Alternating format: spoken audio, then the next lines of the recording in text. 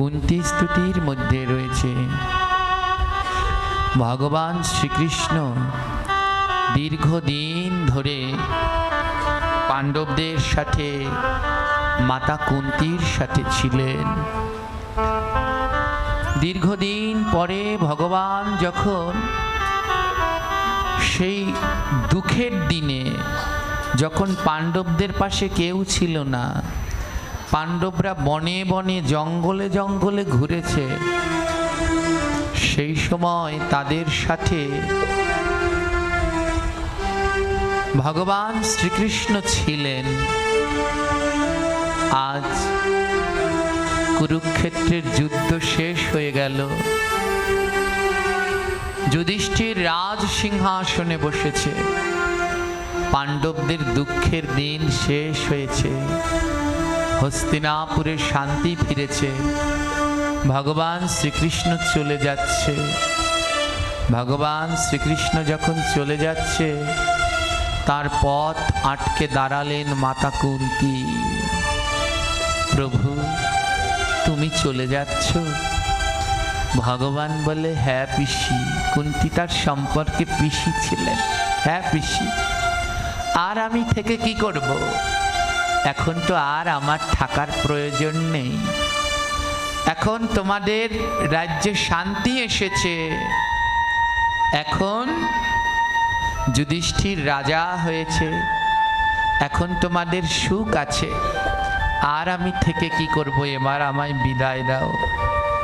কুন্তী বললেন, পারবো না হে গোবিন্দ, তোমাকে ছাড়া থাকতে পারবো না। কুন্তী বললেন, আমি সম্পর্কে তোমার পিসি হলে কি হবে? আমি জানি তুমি স্বয়ং ভগবান। হে কৃষ্ণ, তুমি স্বয়ং ভগবান, আজ তুমি আমাদের ছেড়ে চলে যাচ্ছ। কিছুতেই শ্রীকৃষ্ণ কুন্তীকে ছাড়িয়ে যেতে পারছেন না। ভগবান শ্রীকৃষ্ণ কুন্তীকে বললেন, পিসি আমাকে যেতে দাও। বলল, না আমি যেতে দেব না, আমি যেতে দেব না। ভগবান বলল, পিসি তুমি আমাকে যেতে দাও, আর তার বিনিময়ে যা চাইবে তাই দেব। তুমি আমাকে যেতে দাও, আর তার বিনিময়ে যা চাইবে তোমাকে তাই দেব। কুন্তী বললে, দেবে? কথা দাও, আমি তোমাকে যেতে দেব, কিন্তু তার বিনিময়ে যা চাইবো দেবে? ভগবান বললেন, কথা দিলাম, আমাকে যেতে দাও, তার বিনিময়ে যা চাইবে তাই দেব। তখন কুন্তী দেবী বললেন ভগবানকে, বিপদহ সন্তন স্বাদ তত্র তত্র জগদ্গুরু। হে জগদ্গুরু গোবিন্দ, আমি যা চাইব তুমি যদি তাই দাও, তাহলে আমাকে কথা দাও, আমাকে আশীর্বাদ দাও, আমাকে বর দাও, আমাকে তত্র তত্র প্রত্যেক পদে পদে বিপদ দাও। ভগবানের কাছে চাইলেন কি? আমাকে প্রত্যেক পদে পদে বিপদ দাও। ভগবান বললে, এ কি চাইলে? আমি চলে যাচ্ছি, তুমি এটা কি চাইলে? কুন্তী দেবী বলল, তার জন্যই তো চাইলাম, তুমি তো চলে যাচ্ছ, তার জন্যই তোমার কাছে চাইলাম, আমাকে আর আমার 5 ছেলেকে প্রত্যেক পদে পদে বিপদ দাও। ভগবান বলে, এটা কেন চাইলে? বলে, আমাদের যখন বিপদ ছিল, যখন ওই বনের মধ্যে ছিলাম, যদুগৃহে ছিলাম, যখন দ্রৌপদীর কাছে দুর্বাসা মুনি তার সহস্র শীর্ষ নিয়ে এসেছিল, আমরা যতবার বিপদে পড়েছিলাম আর ততবার তোমায় ডেকেছি, আর যতবার ডেকেছি ততবার তুমি আমাদের রক্ষা করবার জন্য এসেছো ভগবান। তাই আজ যদি তোমার যেতেই হয়, তাহলে আমাদের আশীর্বাদ করে দিয়ে যাও, আমাদের পদে পদে যেন বিপদ হয়। ও প্রভু, যখন আমাদের দুঃখ ছিল, যখন আমাদের বিপদ ছিল, তখন তুমি আমাদের পাশে ছিলে। আজ আমাদের বিপদ নেই, আজ আমাদের দুঃখ নেই, আজ আমরা সুখী। আমার ছেলে রাজা হয়েছে, আমি হয়েছি রাজমাতা। তাই বুঝতে পারলাম, জীবনে যখন সুখ আসে তখন কৃষ্ণ থাকে না। কুন্তী দেবী বললেন, জীবনে যখন সুখ আসে তখন কৃষ্ণ থাকে না। তাই তো আজ আমাদের সুখের দিনে তুমি চলে যাচ্ছ। তাই যদি বর দিতে হয় তাহলে এই বর দাও, যেন আমাদের পদে পদে দুঃখ হয়, পদে পদে বিপদ হয়। আর দুঃখ হলে, বিপদ হলে প্রাণ ভরে তোমায় ডাকতে পারবো। আর হে কাঙালের ঠাকুর, আমরা জানি ভক্ত যদি ডাকে তুমি আর গোলকে থাকতে পারো না। ভক্তের ডাকে তুমি ভক্তের হৃদয় মাঝে প্রকাশ হয়ে যাও।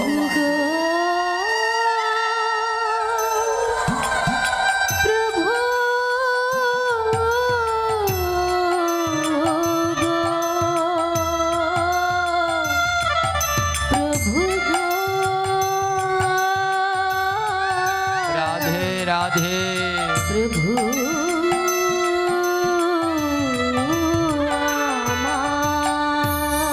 ও ভগবান, তুমি ভক্তের ডাকে আর থাকতে পারো না, তাই আমাদেরকে এই বর দিয়ে যাও, যেন আমাদের প্রত্যেক পদে পদে বিপদ হয়, আমাদের প্রত্যেক পদে পদে দুঃখ হয়, প্রত্যেক পদে পদে যন্ত্রণা হয়।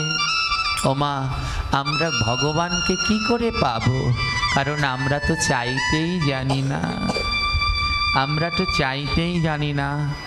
আজ এই জীবন পর্যন্ত কতজন এসেছেন এইখানে, এসে কতজনের কত কিছু চাওয়া। প্রভু, আমাদের যেন অসুখ কমে যায়, আমাদের ঘরে যেন শান্তি হয়, স্বামী স্ত্রী যেন মিলে থাকতে পারি, মেয়ের যেন বিয়ে হয়, ছেলের যেন চাকরি হয়। কিন্তু আজ অবধি কেউ একবারও বলেনি, ওই কুন্তী দেবীর শিক্ষা কেউ একবারও বলেনি যেন জীবনের প্রত্যেক পদে পদে দুঃখ হয়। জীবনের প্রত্যেক পদে পদে দুঃখ হয়, সেই কথা আজ অবধি এখনো একজন কেউ বলেনি। মা সত্যি, এই গ্রন্থের সম্মুখে এর জন্য একে বলে কুন্তী দেবীর শিক্ষা। জগৎকে শিক্ষা দিলেন, আমরা তো চাইতেই জানি না ভগবানকে পাবো কি করে, আমরা তো চাইতে জানি না, আমরা শুধু নিজের জন্যে চাই। মহাজন বললেন, কৃষ্ণ ইন্দ্রিয় প্রীতি বাঞ্ছা তারে বলে নাম, আত্ম ইন্দ্রিয় প্রীতি বাঞ্ছা তারে বলে কাম। আমরা তো আত্ম নিজের জন্য শুধু চাই, কিন্তু ভগবানকে ভালোবেসে আমাদের কিছু চাওয়া হয় না। কেমন করে পাবো বলো তো? এ দুর্লভ জীবন, এত দুর্লভ এই মানব জীবন আমাদের হেলায় হেলায় কেটে গেল মা, বুঝতেই পারলাম না। চোখের মধ্যে মায়াডোরি পড়ে আছে, মায়া ডোর পড়ে আছি।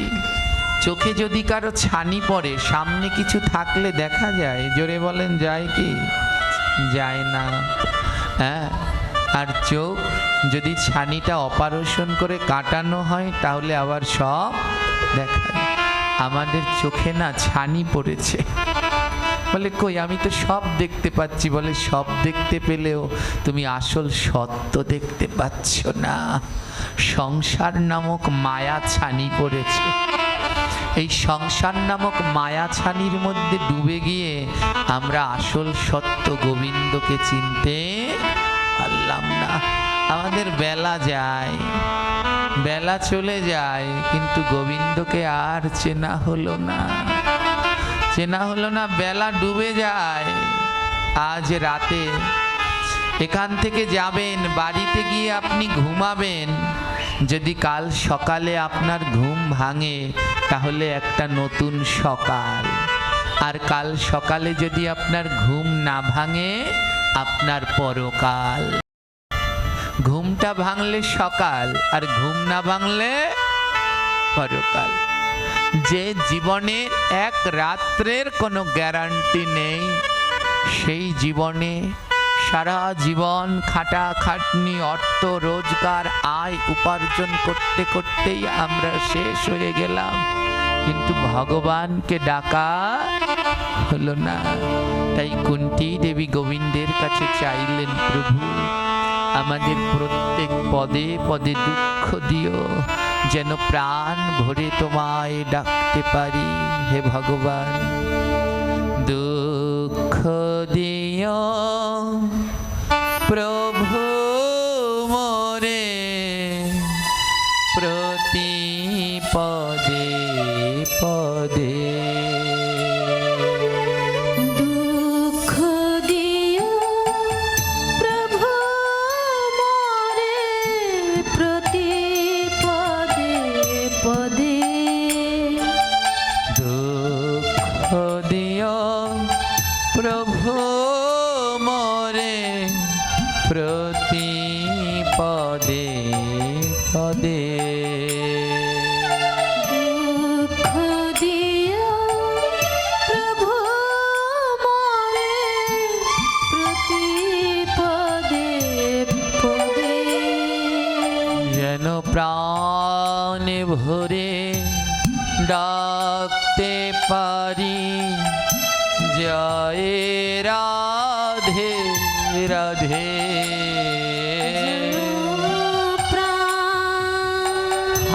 রাধে ডাকতে পারি, জয় রাধে রাধে। যেন প্রাণে ভরে ডাকতে পারি,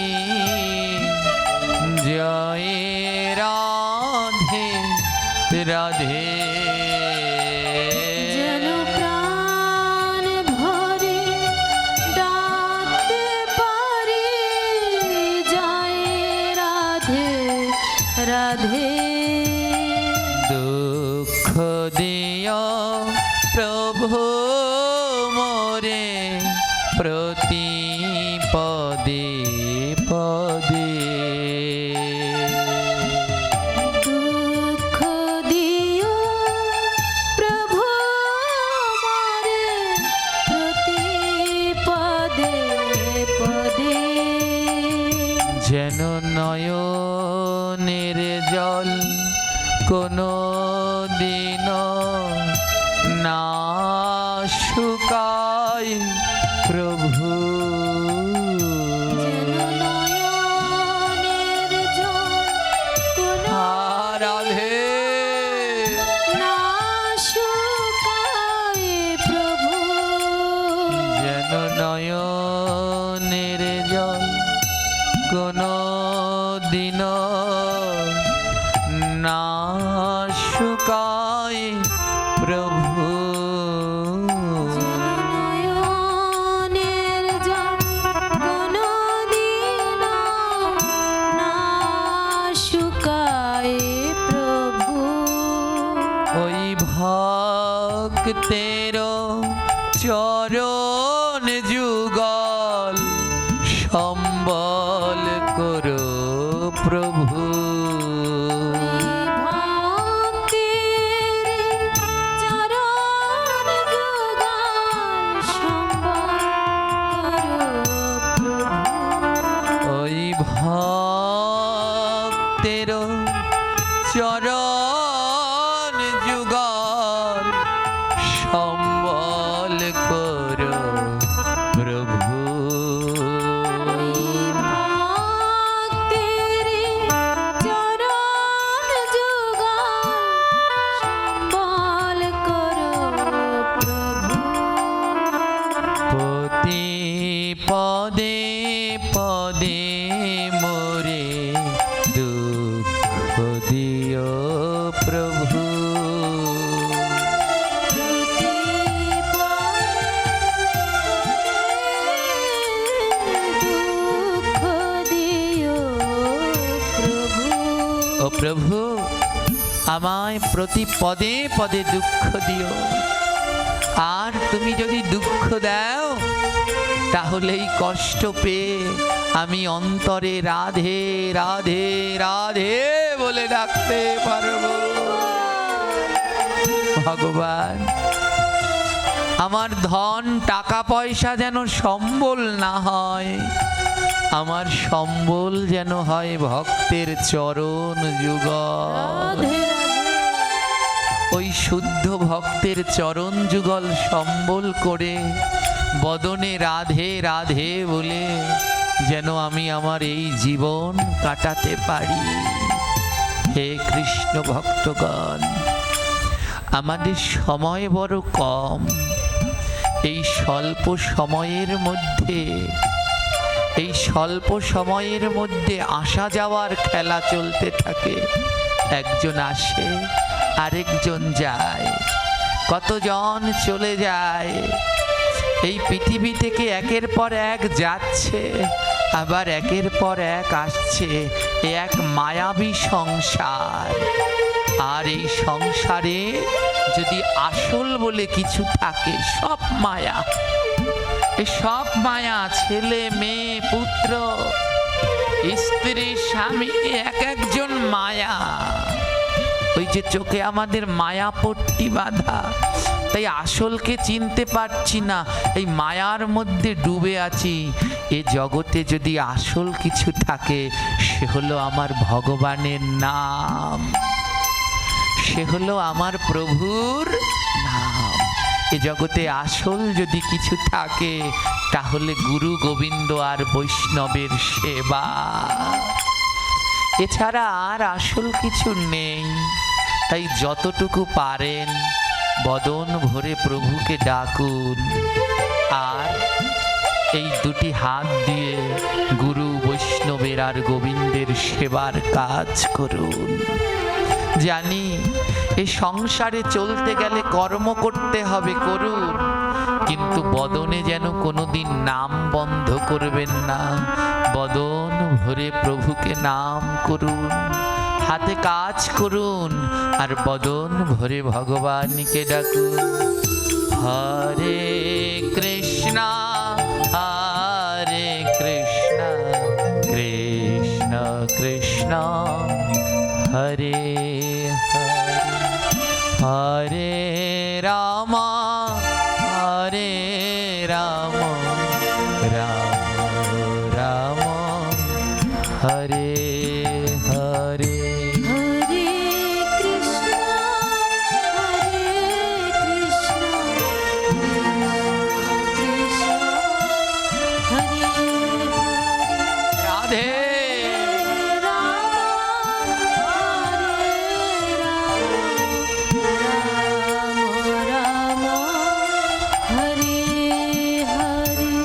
হরে কৃষ্ণ হরে কৃষ্ণ কৃষ্ণ কৃষ্ণ হরে হরে, হরে রাম হরে রাম রাম রাম হরে হরে।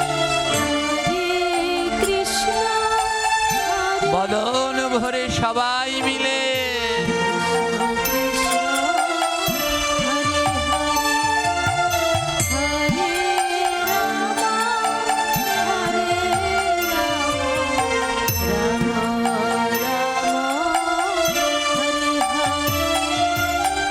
বলে এই নাম কি পারে?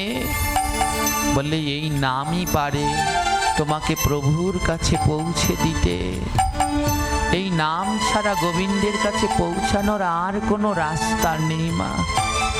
এই জগতের বৈষ্ণব সেবা, গুরু সেবা, ভগবানের সেবা, এই তিন রাস্তা গিয়ে যখন মিলে যেই জায়গাটায়, সেটা হলো নাম। গুরুর সেবা করলে গুরুর কাছে বলবেন, গুরুদেব যেন গোবিন্দকে পেতে পারি, গুরুদেব বলবে নাম করো। বৈষ্ণবের সেবা করবেন, প্রার্থনা করবেন বৈষ্ণবের নিকট, বৈষ্ণব ঠাকুর আশীর্বাদ করুন যেন প্রভুকে পেতে পারি। বৈষ্ণবও বলবে নাম করো। আর কত দেব দেবী কতজনার সেবা আছে, তাদের কাছেও যদি বলেন গোবিন্দকে যেন পেতে পারি, তারাও বলবে নাম করো। এই নামই পারবে মা, এই নামই পারে গোবিন্দের কাছে পৌঁছে দিতে। বলে এই নামের মধ্যে কি আছে জানেন? আপনাদের একটু আগে বলেছিলাম না, বারবার এই আলোচনাটা করি কিন্তু তাও প্রাণ ভরে না, যেন বারবার বলি। কারণ আমাদের কলিযুগে ভগবানকে বিশ্বাস করতে চায় না, বিশ্বাস করতে চায় না। সবাই ভাবে পাথরের ঠাকুর, ওই যে মন্দিরে বসে আছে, আমাদের ধারণায় পাথরের ঠাকুরের কাছে দিলে খায়, এর কি প্রাণ আছে? তাই বারবার এই আলোচনাটা করেও মনে তৃপ্তি হয় না। জানো, একটু আগে আপনাদেরকে বললাম না ভগবানের সপ্ত বিগ্রহ, এই যে 7 জন বিগ্রহের ভিতরে যিনি প্রথম, এনার নাম হলো শ্রী রাধা গোবিন্দ দেব। আপনাদের একটু আমি দেখাই, এই সপ্ত বিগ্রহের ভিতরে প্রথম যে বিগ্রহ ভগবানের, এই বিগ্রহের নাম হলো রাধা গোবিন্দ দেব। আমি প্রতি বছর ব্রত তালিকা করি এবং এক এক বছর এক একটা নতুন কিছু দেওয়ার চেষ্টা করি। দেখুন ভগবানের যে বললাম, ভগবানের 7টি বিগ্রহ, যা দর্শন করলে সাক্ষাৎ গোবিন্দ দর্শন করা হয়ে যায়। তার ভিতরে প্রথম যে বিগ্রহ, এর নাম হলো রাধা গোবিন্দ দেব। দ্বিতীয় যে বিগ্রহ, এর নাম হলো রাধা মদন মোহন। তৃতীয় যে বিগ্রহ, এর নাম হলো রাধা গোপীনাথ। চতুর্থ যে বিগ্রহ, এর নাম হলো রাধা রমন। পঞ্চম যে বিগ্রহ, এর নাম হলো রাধা দামোদর। ষষ্ঠ যে বিগ্রহ, এর নাম হলো রাধা শ্যামসুন্দর। সপ্তম যে বিগ্রহ, এর নাম হলো রাধা গোকুলা আনন্দ। এই হলো বৃন্দাবনের সপ্ত দেবালয়ের 7 বিগ্রহ, যাকে দর্শন করলে স্বয়ং গোবিন্দ দর্শন করা হয়ে যায়। আর বৃন্দাবনের জ্যান্ত ঠাকুর বলা হয় এনাকে, এনার নাম হলো রাধা বাকে বিহারী। ইনি বৃন্দাবনের এমন এক বিগ্রহ, যার দিকে কোনো ভক্ত 3 মিনিট তাকিয়ে থাকলে ভগবান হেঁটে হেঁটে চলে যায়। হ্যাঁ, এই যে আজ এখানে তাকাচ্ছেন, যতক্ষণ খুশি ভগবানের দিকে তাকিয়ে দর্শন করছেন। কিন্তু কেউ যদি বৃন্দাবনের বাকে বিহারী এই মন্দিরে যান, এই মন্দিরে গেলে তাকাতে পারবেন না।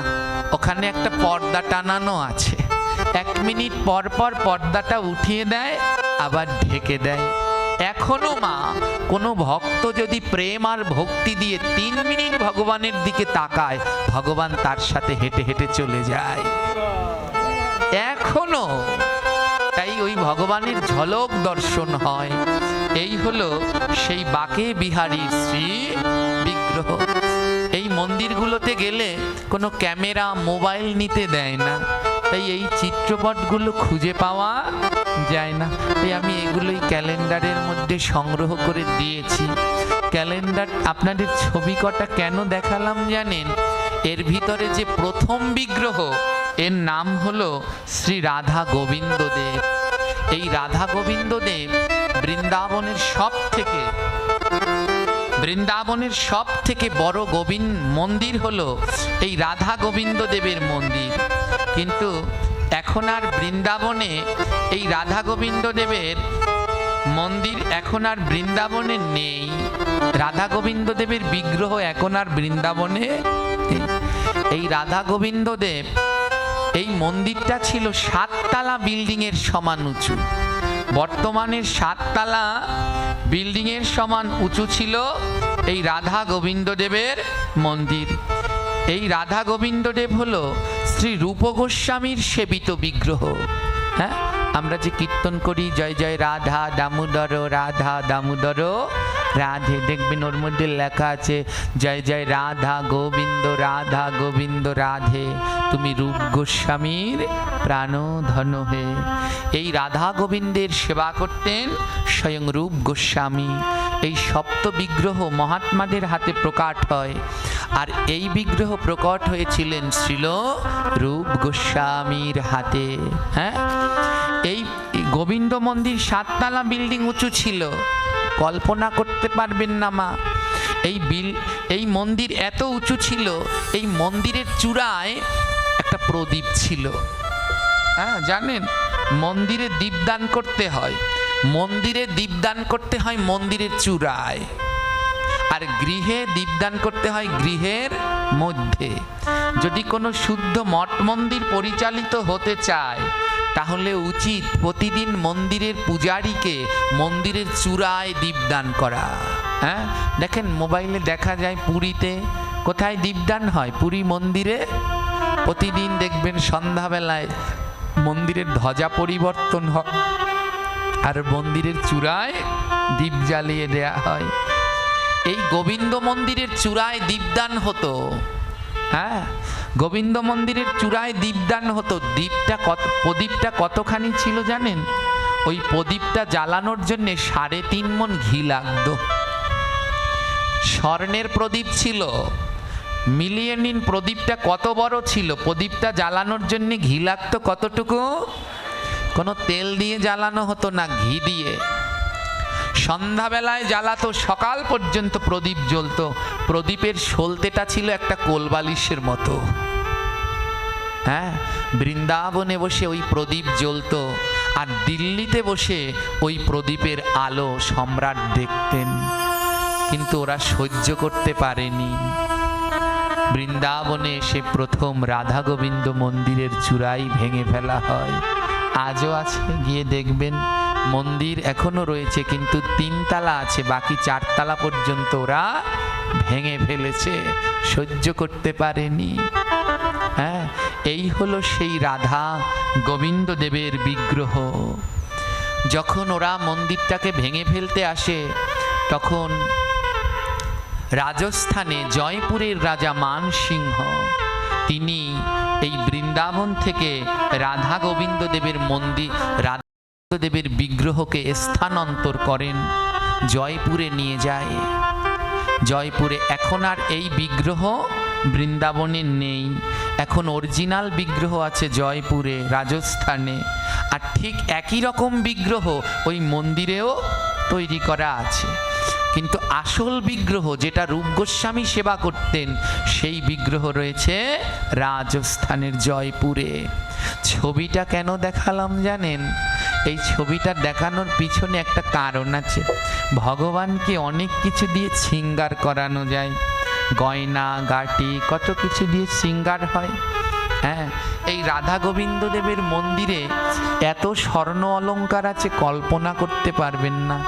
যদি ওখানে যান, প্রতিদিন গোবিন্দ দেবের পিছনে সোনার গোমাতা রাখা হয়, আমার সমান লম্বা এক একটা, স্বর্ণ দিয়ে তৈরি করা গোমাতা, স্বর্ণ দিয়ে তাল গাছ, এক একদিন এক একটা দিয়ে সাজানো হয়। হ্যাঁ, এত স্বর্ণ অলংকার দিয়ে ভগবানকে সাজানো হয়। কোনোদিন ফুলমালা, কোনোদিন স্বর্ণ, কত কিছু দিয়ে সাজায়। কিন্তু আশ্চর্য কি জানেন? এই ভগবান ঘড়ি পরে। এই রাধা গোবিন্দ দেব একটা ঘড়ি পরে।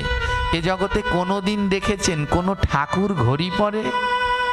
কিন্তু এইখানের এই ঠাকুরকে প্রতিদিন ঘড়ি পরানো হয়।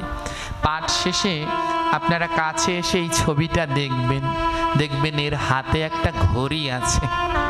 আর কারো হাতে মোবাইল থাকলে লিখে সার্চ দিন, দেখবেন চলে আসবে জয়পুরের রাধা আসতে চাইবে না সহসা। হ্যাঁ, তাহলে দেখবেন গোবিন্দ দেবের হাতে একটা ঘড়ি পরানো আছে। হ্যাঁ, আমার ঘড়ি কাদের লাগে এর জন্য এটা দেখালাম। এই ঘড়ি কাদের লাগে? যাদের সময় জ্ঞান কম তাদের ঘড়ি দরকার। হ্যাঁ, আমরা কি করি? আমাদের মুখের কথা তো ঠিক নেই, বলি পাঠ শুরু হবে 7টায়, লিখে দেই ব্যানারে কয়টায়? 7টায়। হ্যাঁ, কিন্তু পাঠ শুরু হয় 8টা, 8:30, কোনোদিন 9টা, আবার কোনোদিন 9:30, আবার কোনোদিন 10টাও বেজে যায়। সাধুর মুখের কথা হতে হবে বেদ বাক্যের মতো। বেদের কথা যেমন মিথ্যে হয় না, সাধুর মুখের কথাও যেন মিথ্যে না হয়। আজ আমরা তো এর জন্যেই ধ্বংস হয়ে গেছি। আমি এর জন্যেই বলি মাঝে মাঝে যে ব্যানারে এসব মিথ্যে কথা লিখবেন না। যে সময়টাই শুরু করবেন সেই সময়টাই লিখবেন। হ্যাঁ, সেই সময়টাই লিখবেন। এই মিথ্যে কথা যদি আমরাই বলি তাহলে সাধারণ ভক্তরা কি শিক্ষা গ্রহণ করবে? হ্যাঁ, ধ্যান দিন। তাই আমাদের ঘড়িটা খুব দরকার। ইসকনের প্রতিষ্ঠাতা আচার্য শ্রীল প্রভুপাদ তার সমস্ত ভক্তদের নির্দেশনা দিয়েছে, আর কিছু থাকুক আর না থাকুক সবার হাতে যেন একটা ঘড়ি থাকে। কারণ এ মানব জীবনে তোমাদের সময়ের গুরুত্বটা বড় কম দাও। হ্যাঁ, তাই সময়ের কাজ সময়ে করতে হয়। ঠিক টাইমে ঘুম থেকে ওঠো, ঠিক টাইমে মঙ্গল আরতি করো, ঠিক টাইমে গোবিন্দের ভোগটা লাগাও, তাই ঘড়িটা যেন থাকে। আমাদের তো সময় জ্ঞানের অভাব, কিন্তু মা ভগবানের কি সময় জ্ঞানের অভাব আছে? জোরে বলেন। এ জগতে তিনি জানে না এমন কিছু আছে? তাহলে তিনি কেন ঘড়ি পরেন? এ জগতে আর কত মন্দিরে যাবেন, যত মন্দিরে যান ভগবান শ্রীকৃষ্ণের কত বিগ্রহ দেখবেন, কিন্তু কোনো বিগ্রহে দেখবেন কত ভগবান অলংকার পরে আছে, ফুলমালা পরে আছে, কিন্তু কোনো জায়গায় গেলে দেখবেন না ভগবানের হাতে ঘড়ি। একমাত্র রাজস্থানের জয়পুরে এই গোবিন্দদেবের দর্শন করতে গেলে দেখবেন তার হাতে একখানা ঘড়ি। হাতে একখানা ঘড়ি, মা ঘড়ি পরে বসে আছেন তিনি। এই ঘড়িটা কেন পরেছেন জানেন? আর ঘড়িও যদি পরবেন তাহলে সব নতুন নতুন পরানো হয়। ভগবানের পোশাক গয়নাগাটি পাল্টে নতুন নতুন পরানো হয়, কিন্তু রাজস্থানে গোবিন্দদেবের হাতে যে ঘড়ি, এই ঘড়িটার বয়স প্রায় 2 থেকে 300 বছরের পুরানো। 200-300 বছরের পুরানো একখানা ঘড়ি তিনি প্রতিদিন পরেন। কি আশ্চর্য জানেন? কেন পরেন জানেন? এই যে আমি একটু আগে বললাম নাম কি পারে শুনবেন? নাম ভগবানকে নামাতে পারেন। এ জগতে কেউ যদি ভগবানকে নামাতে পারেন সে হলো নাম। ওমা, শুধু ওই যে বললাম একটা ধর্মই এ ধর্মের উপরে অত্যাচার করেনি। এই সনাতন ধর্মের উপরে যে কতজন অত্যাচার করেছেন তা গুণে শেষ করতে পারবেন না, পারবেন না। একবার এনারা মন্দির ভাঙে, আরেকবার ওনারা ভাঙে, অনেকরা এমনি করে গেছেন। হ্যাঁ, এই সনাতন ধর্ম ছিল পরিপূর্ণ। ওই যে গোবিন্দদেবের মন্দিরের চূড়ায় যে প্রদীপটা ছিল, কয় মণ লাগতো ঘি? চিন্তা করেন তো, সোনার প্রদীপটা কত বড় ছিল, নিয়ে গেছে লুট করে। হ্যাঁ, লন্ডনের রানী ওই যে কিছুদিন আগে মারা গেলেন, দেখেছেন মোবাইলে টিভিতে? যখন ওনাকে সমাধি দেয়া হলো, দেখবেন ওনার মাথার উপরে একটা চূড়া তাজ ছিল না? ওই তাজের উপরে একটা দুর্লভ জিনিস ছিল, বলতে পারেন কি? একটা মণি ছিল, মণিটার নাম হলো কোহিনূর। পৃথিবীর সব থেকে দামি রত্নের একটা। ওটা লন্ডনের রানীর মাথার মুকুটে আছে। ওটা লন্ডনের রানীর মাথার মুকুটে ছিল না, ওটা ছিল জগন্নাথ দেবের মাথার মুকুটে। ওই ইংরেজরা শাসন করতে এসে ওই জগন্নাথের সেই মাথার মুকুটের মণি নিয়ে যায়, চুরি করেছে, সব নিয়ে গেছে, আর নিয়ে রানীকে উপহার দিয়ে দিয়েছে। এই ইংরেজরাও যখন এই দেশ শাসন করেছে, এই ভারতবর্ষ শাসন করেছে, এই ধর্মের উপরে অনেক অত্যাচার করেছে। কিন্তু জানেন, অত্যাচার করতে এসে আবার অনেকজন সাধুও হয়েছে। তাদের মধ্যে একজনের নাম ছিল লর্ড কেলবার্ট। লর্ড কেলবার্ট বলে একজন সাহেব ছিলেন, লন্ডনের খুব মেধাবী স্টুডেন্ট। হ্যাঁ, স্কলারশিপ পেয়ে লন্ডন থেকে গোল্ড মেডেল পেয়ে তিনি পাশ করে এই ভারতবর্ষের কোম্পানিতে চাকরিতে নিযুক্ত হয়েছিল। ওনার কাজ ছিল সনাতন ধর্মের মন্দিরগুলো ভেঙে ওখানে কোম্পানির বিভিন্ন প্রতিষ্ঠান তৈরি করা। উনি অনেক মন্দির এমনিভাবে ভেঙেছেন। ভাঙতে ভাঙতে এই লর্ড কেলভার্ট সাহেব একবার খবর পেলেন রাজস্থানে নাকি হিন্দুদের জ্যান্ত ঠাকুর আছে, ওনার নাম গোবিন্দদেব। মন দিয়ে শুনবেন মা, লর্ড কেলভার্ট খবর পেলেন রাজস্থানে নাকি হিন্দুদের একটা মন্দির আছে, গোবিন্দ মন্দির। সেই মন্দিরের ঠাকুর নাকি ভক্তরা ডাকলে কথা শোনে। লর্ড কেলভার্ট সেনাদের নিয়ে চললেন, বলে এবার ওই মন্দিরের পালা, দেখি ও মন্দিরের ঠাকুর কেমন কথা শোনে। সেনাদের নিয়ে জিপে করে হাতুর বাটুল সমস্ত কিছু নিয়ে আসলেন ওই মন্দির ভাঙবে বলে। জিপ ভর্তি সৈন্যদের নিয়ে লর্ড কেলভার্ট সাহেব মন্দিরের সামনে এসে দাঁড়ালেন। এমন সময় মন্দিরের সামনে এসে দাঁড়ালেন, ঠিক সেই সময় মন্দিরের পূজারী মন্দিরের ভোগ লাগাচ্ছেন। লর্ড কেলভার্ট সাহেব বললেন, পর্দা খোলো, পর্দা সরাও। মন্দিরের পূজারী বলছে, সাহেব আমাদের ভগবান সেবা করতে বসেছে, আর আমাদের গোবিন্দ যখন সেবা করে তখন পর্দা দিয়ে ঢেকে রাখতে হয়, তখন পর্দা সরাতে নেই। ইংরেজ সাহেব হাসতে লাগলেন, মূর্খ হিন্দু জাতি, ওটা পাথরের ঠাকুর, ওর কাছে দিলে কোনোদিন খায় না, খায় না। পূজারী বললেন, খায় গো সাহেব, আমাদের ঠাকুর পাথরের নয়, আমাদের ঠাকুর কাঙালের ঠাকুর। আমাদের পাথরের ঠাকুর নয়, আমাদের কাঙালের ঠাকুর। কেউ যদি কাঙাল হয়ে ডাকতে পারে আমাদের ঠাকুর খায়। ও খায়? তাহলে আমি অপেক্ষা করছি তোমার ভোগ শেষ হোক, আমি দেখব তোমার ঠাকুর খেলো কি খেলো না। ইংরেজ সাহেব অপেক্ষা করলো, ভোগ শেষ হলো, পর্দা সরানো হলো। কই কই দেখি খেলো কিনা। সাহেব তাকিয়ে দেখলেন যেমন অন্ন দিয়েছে তেমন অন্ন রয়েছে, ডাল পায়েস সব রয়েছে। ইংরেজ সাহেব বললেন, দেখো দেখো পূজারী, দেখো যেমন দিয়েছ তেমনই আছে, তোমাদের ঠাকুর কিচ্ছু খায়নি, এক দানাও কমেনি, যেমন দিয়েছ তেমন আছে। পূজারী হেসে বললেন, সাহেব এর জন্যেই কৃষ্ণ ভগবান, এর জন্যেই কৃষ্ণ ভগবান। মানে যেমন দিয়েছ তেমন আছে আর এর জন্য কৃষ্ণ।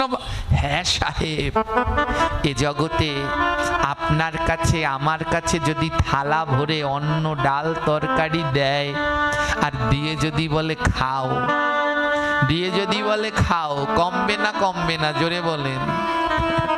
আমাদের কাছে কেউ যদি থালা ভরে দিয়ে বলে খাও, অবশ্যই থালা থেকে কমবে। কিন্তু আমার গোবিন্দের কাছে কেউ যদি থালা ভরে দিয়ে বলে খাও, ওতে কমে না, ও প্রসাদ হয়ে যায়। আর প্রসাদে কোনোদিন টান পড়ে না, প্রসাদ বেড়ে যায়, বেড়ে যায়।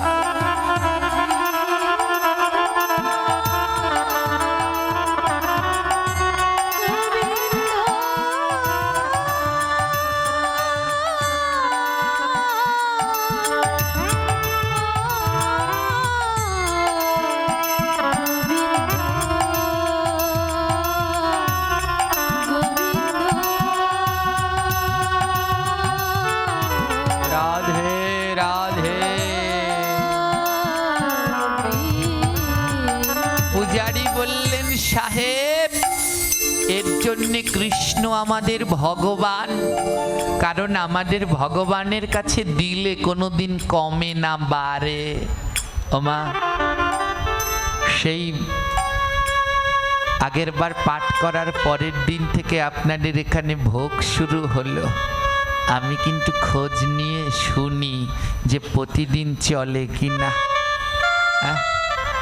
আমার মা যে আছে সে বলে এমন এক পাতিয়ে দিয়ে গেছো আমরা রান্না করতে করতে শেষ। আমি বলেছি কেন? বলে প্রতিদিন এত ভক্ত আসে এ আর কুলানো যায় না। আমি বলে দিয়েছি মরে যাও, রান্না করতে করতে মরে যাও, তবুও জগতে লেখা থাকবে ভগবানের ভোগের রান্না করতে, ভক্তের সেবার রান্না করতে করতে এ দেহ তোমার গেল। আজ অবধি যারা দুপুরবেলা এখানে প্রসাদ নেওয়ার জন্য এসেছেন কোনোদিন খালি হাতে গেছেন কি? জোরে বলবেন, মিথ্যে বলবেন না, গেছেন? যেইটুকুই রান্না হয়, কারণ ওটা গোবিন্দের প্রসাদ, ওখানে কোনোদিন কম পড়বে না, ওটা টান পড়ে না। মা যশোদা দামবন্ধন লীলায় গোপালকে বলছে, গোপাল তুই ননি চুরি করে খেয়েছিস? গোপাল বলে না মা, আমি ননি চুরি করে খাইনি। মা যশোদা বলে মিথ্যা বলবি না, ননির ভাণ্ড খালি, তুই চুরি করে খেয়েছিস। গোপাল বলছে না মা, আমি যদি খাইতাম ননি ভাণ্ড থাকতো ভরা, খালি ভাণ্ডে হাত দিলে ভাণ্ড যায় ভরে। এই তো আমার গোপাল গোবিন্দ জগতে লীলা করে।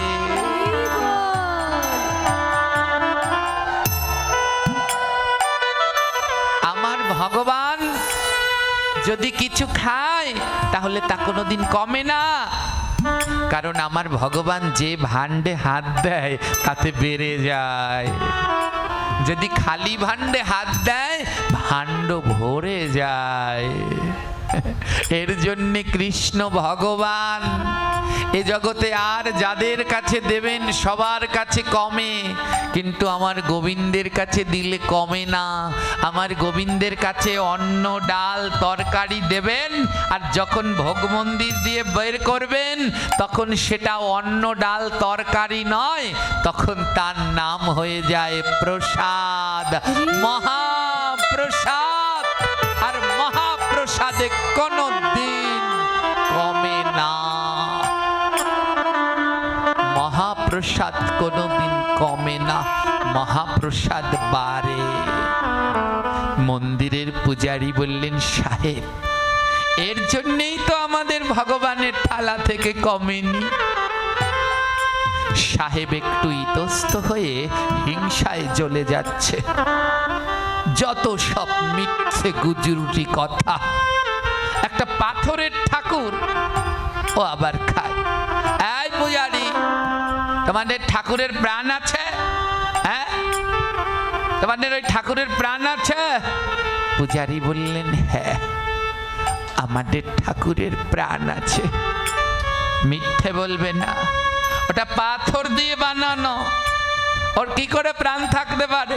তোমরা যে ওকে ডাকো তোমাদের কথা শোনে? পূজারি বললেন, হ্যাঁ শোনে। শোনে না? শোনে না মা ভগবান কথা। কতজন ডেকেছিলেন, প্রভু তোমার মন্দিরে যেন নিত্য ভোগ হয়, শোনেনি ভগবান? শুনবে, কেন শুনবে না?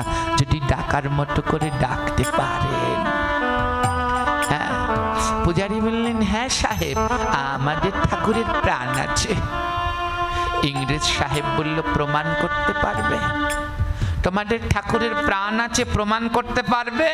পূজারি বললেন, হ্যাঁ পারবো। পূজারি বললেন, হ্যাঁ পারবো। ওমা একটা কথা জেনে নিন, কোনো মন্দির যদি জাগ্রত করতে চান, কোনো মন্দির যদি ঠিক রাখতে চান, তাহলে সবার আগে ঠিক থাকতে হবে মন্দিরের পূজারীকে, মন্দিরের পূজারীকে। আমি শুনেছিলাম, আমি অল্প কিছুদিন ওনার সঙ্গ পেয়েছিলাম ইস্কনের, যার কীর্তন শুনলে নয়নে জল ধরে রাখা যেত না, কৃষ্ণ কীর্তন প্রভু। কে কে চিনেন আমি জানি না, অমৃতময় তার কণ্ঠ। উনি একদিন বলেছিলেন ঢাকা স্বামীবাগে যখন ইস্কন মন্দির হচ্ছে, তখন কে অনেক মানুষ এটা মেনে নিতে পারেনি। রাত্রবেলায় মন্দিরের টিনের চাল ছিল, চালের উপরে ঢিল মারতো,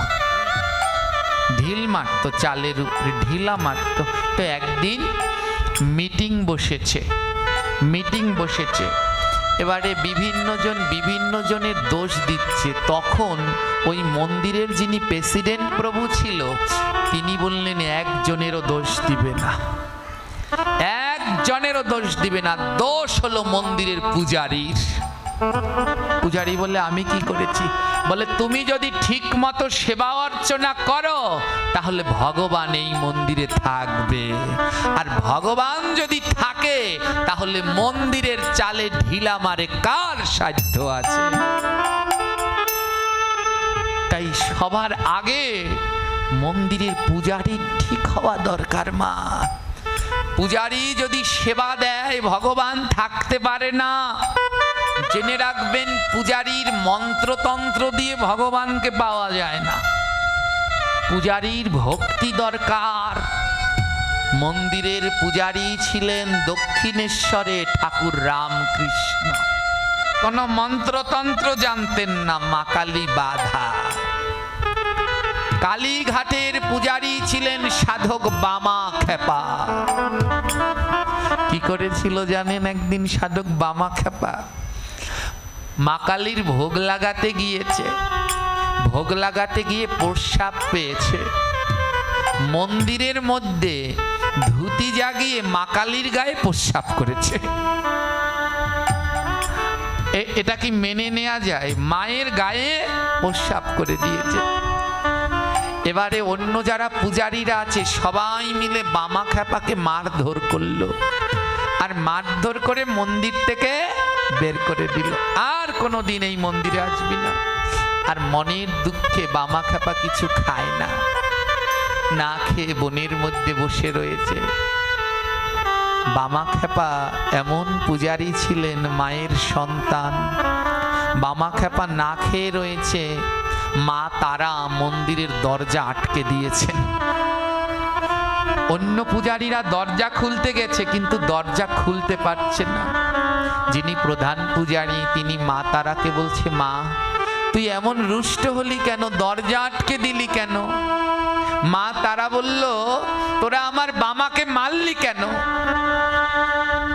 পূজারী বললেন, ও তোমার গায়ে প্রস্রাব করেছে মা। মা তারা বলছে, সন্তান মায়ের গায়ে প্রস্রাব করবে না তো কে প্রস্রাব করবে? ওরে মূর্খের দল, সন্তান যদি মায়ের গায়ে প্রস্রাব করে তাতে সন্তানেরও কোনোদিন পাপ হয় না, আর মাও কোনোদিন অপবিত্র হয় না। আমার বামা শিশু, ওর মনের ভিতরে কোনো কামনা নেই, ক্রোধ নেই। ও আমার গায়ে প্রস্রাব করেছে, তাতে আমি অপবিত্র নই, আমি পবিত্র হয়ে গেছি। আমার বড় মা ডাক সার্থক হয়ে গেছে। সব পূজারীরা বুঝতে পারলেন ভগবান এবং পূজারীর মধ্যে কেমন সম্পর্ক হওয়া দরকার। মা তারা বললেন, আমাকে খাওয়াতে চাস? তাহলে যা, আগে গিয়ে আমার ছেলেকে খাওয়া। কোনোদিন ছেলে না খেলে মা খায়? আমার ছেলে না খেয়ে রয়েছে জানেন। সেদিন থেকে আজও তারাপীঠে আগে বামা খেপার ভোগ হয়, তারপরে মায়ের ভোগ হয়। এই হলো সম্পর্ক। আমাদের তো সেই সম্পর্কই নেই। যেখানেই পূজারীদের অবস্থা খুবই খারাপ, সব জায়গায় নয় কিন্তু বেশিরভাগ জায়গায় মন্দিরের পূজারীদের অবস্থা বড় শোচনীয় আকার ধারণ করেছে। অর্থের জন্য সেবা দেয় কিন্তু ভগবানকে ভালো রাখার জন্য সেবা বড় খুব কম জনেই দেয়। ইংরেজ সাহেব পূজারীকে বলল, এই পূজারী, প্রমাণ করতে পারবে তোমাদের ওই পাথরের ঠাকুরের প্রাণ আছে? পূজারী বলল, পারবো। পূজারীর মনে সাহস আছে মা, কারণ উনি জানেন যিনি পুজো দেয়, যিনি নিত্য ভোগ লাগায়, তিনি জানেন যে তার ভোগ গোবিন্দ গ্রহণ করে কি না। তিনি জানেন, তিনি বুঝতে পারেন। যখন ভোগ লাগিয়ে আসে, মন্দিরের পর্দাটা দিয়ে যিনি ভোগ লাগায়, তখন বাইরে বসে চোখ বন্ধ করে গুরু ইষ্ট প্রদত্ত মন্ত্র জপ করতে হয়। বেশিরভাগ আমরা ফাঁকি ঝুঁকি দিচ্ছি জানেন। প্রতিদিন দেখা যায় গোবিন্দকে, কে বলেছে দেখা যায় না? আমরা দেখতে জানি না, তাই দেখতে পাই না। যখন ভোগ মন্দিরে ভোগ লাগিয়ে বাইরে এসে চোখ বন্ধ করে গুরু মন্ত্র স্মরণ করতে হয় আর মনে মনে ভাবতে হয় ভোগ মন্দিরে আমার গোবিন্দ ভোগ গ্রহণ করছে। যিনি এক চিত্তে ওই বাইরে বসে ভাবতে পারে, তিনি ওই চোখ বন্ধরত অবস্থায় দেখতে পারে ভগবান ভোগ মন্দিরে ভোগ গ্রহণ করছে।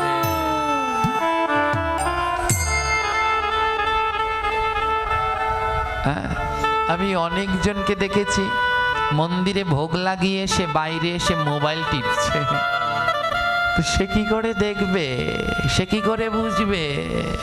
হ্যাঁ, মন্দিরের পূজারী সাহেবকে বললেন, পারবো, আমি পারবো। আমার ভগবান পাথরের ঠাকুর নয়, আমার ভগবান কাঙালের ঠাকুর। আমি প্রমাণ করতে পারবো আমার ঠাকুরের প্রাণ আছে। তৎকালীন আজ থেকে 200-300 বছর পূর্বে, এখন আমরা যে হাতে ঘড়ি পরি, এই ঘড়িগুলো ব্যাটারিতে চলে, চার্জে চলে। আজ থেকে 200-300 বছর আগে এটা ছিল না, কারেন্টই ছিল না। তখন ঘড়িগুলো চলতো রক্তের উত্তাপে। যার গায়ে রক্তের উত্তাপ আছে ওতে ব্যাটারিতে চার্জ হতো, আর ঘড়িটা ঠিক এইখানে পড়তে হতো। হাতের নার্ভ চলবে, ঘড়িও চলবে। হাতের নার্ভ চলবে না, ঘড়িও চলবে না। আমরা দেখিনি, কিন্তু এখানে যারা বয়স জ্যেষ্ঠ আছেন এনারা হয়তো দেখে থাকবেন বা শুনে থাকবেন। এখন যেমন কারো বিয়ে হলে বরপক্ষ বললে একটা গাড়ি দেবেন, এসি দেবেন, আর তৎকালীন সময় বলতো আর কিছু দেন আর না দেন, জামাইকে একটা ঘড়ি দেবেন। সেই ঘড়ি, যেই ঘড়ি কারো হাতে প্রাণ থাকলে চলে, কারো হাতে প্রাণ না থাকলে ঘড়ি চলে না।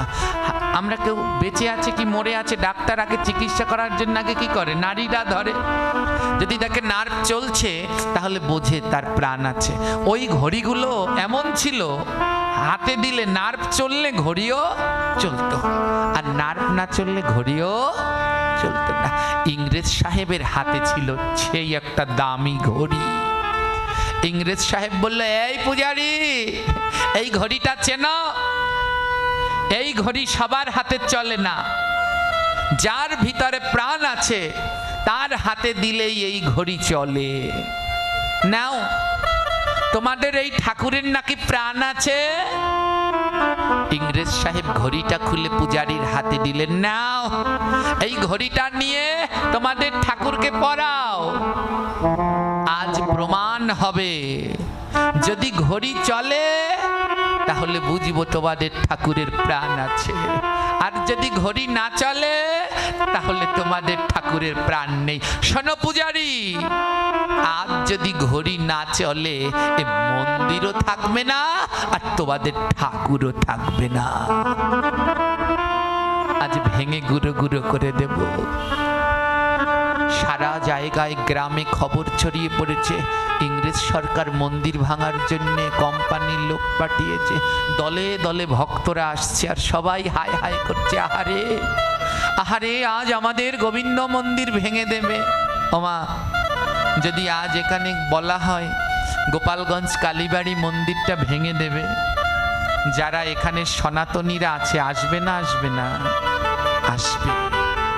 যে মন্দিরকে ভালোবাসে সেও আসবে, আর যে মন্দিরে কোনোদিন আসেনি সেও আসবে।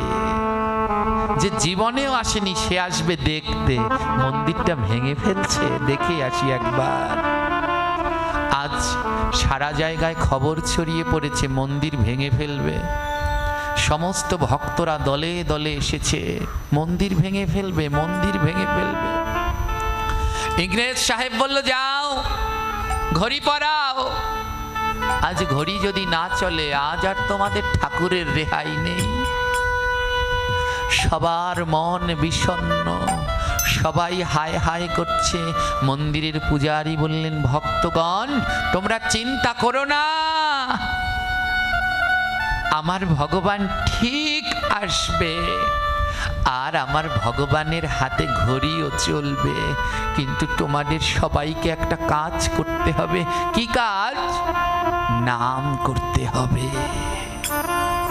সবাই মিলে নাম করো, নামে নামি নামে। তোমরা যদি নাম করো, ভগবান ঠিক নেমে আসবেন, আর ভগবান যদি আসেন তাহলে ঘড়ি চলবে। তোমরা কেউ বদন বন্ধ রেখো না, তোমরা সবাই মিলে উচ্চ স্বরে ভগবানের নাম করো, দেখবে ভগবান আসবে। কেউ বদন বন্ধ রেখো না, সবাই মিলে উচ্চ স্বরে বলো, হরে কৃষ্ণ হরে কৃষ্ণ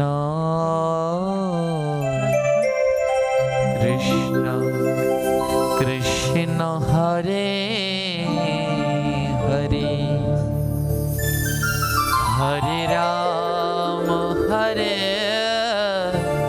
রাম,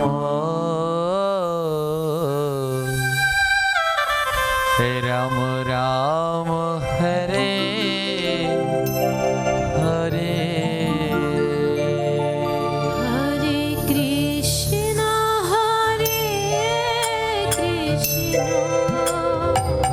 কৃষ্ণ কৃষ্ণ হরে ও মা, আজ যেন কেউ বদন বন্ধ রাখবেন না। হরে রাম রাম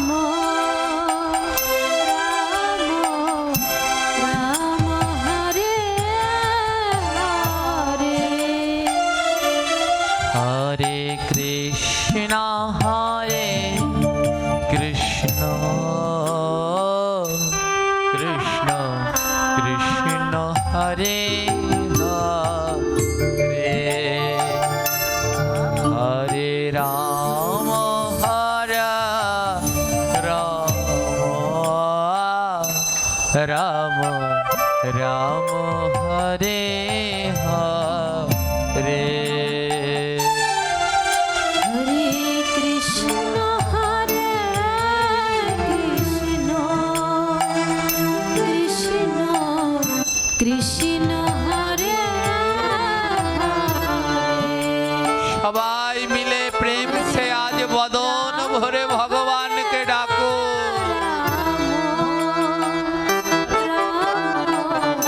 রাম হরে হরে, হরে কৃষ্ণ কৃষ্ণ কৃষ্ণ কৃষ্ণ হরে হরে, হরে রাম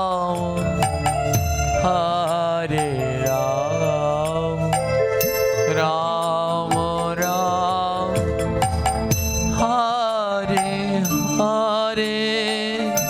হরে কৃষ্ণ রাধে রাধে। কৃষ্ণ কৃষ্ণ হরে হরে, হরে রাম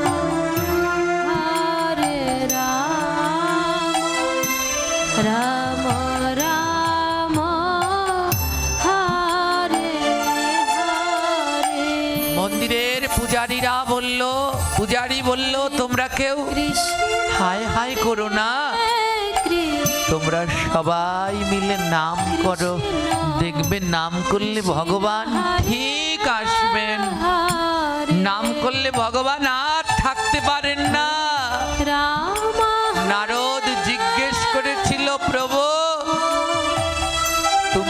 কোথায় থাকো? ভগবান বলেছিল নহম বসামি বৈকুণ্ঠে যোগিনাম হৃদয়ে নচ মদ ভক্ত যত্র গায়ন্তি তত্র তিষ্ঠাপি নারদ। ও নারদ, নহম বসামি বৈকুণ্ঠে, আমি বৈকুণ্ঠে বাস করি না। যোগিনাম হৃদয়ে নচ, আমি যোগীর হৃদয়েও থাকি না। মদ ভক্ত যত্র গায়ন্তি, যেইখানে আমার ভক্তরা আমার নাম গান করে, তত্র তিষ্ঠাপি নারদ। ও ভক্ত, সবাই মিলে নাম করো, আমার গোবিন্দ ঠিক আসবেন, কেউ বদন বন্ধ রেখো না।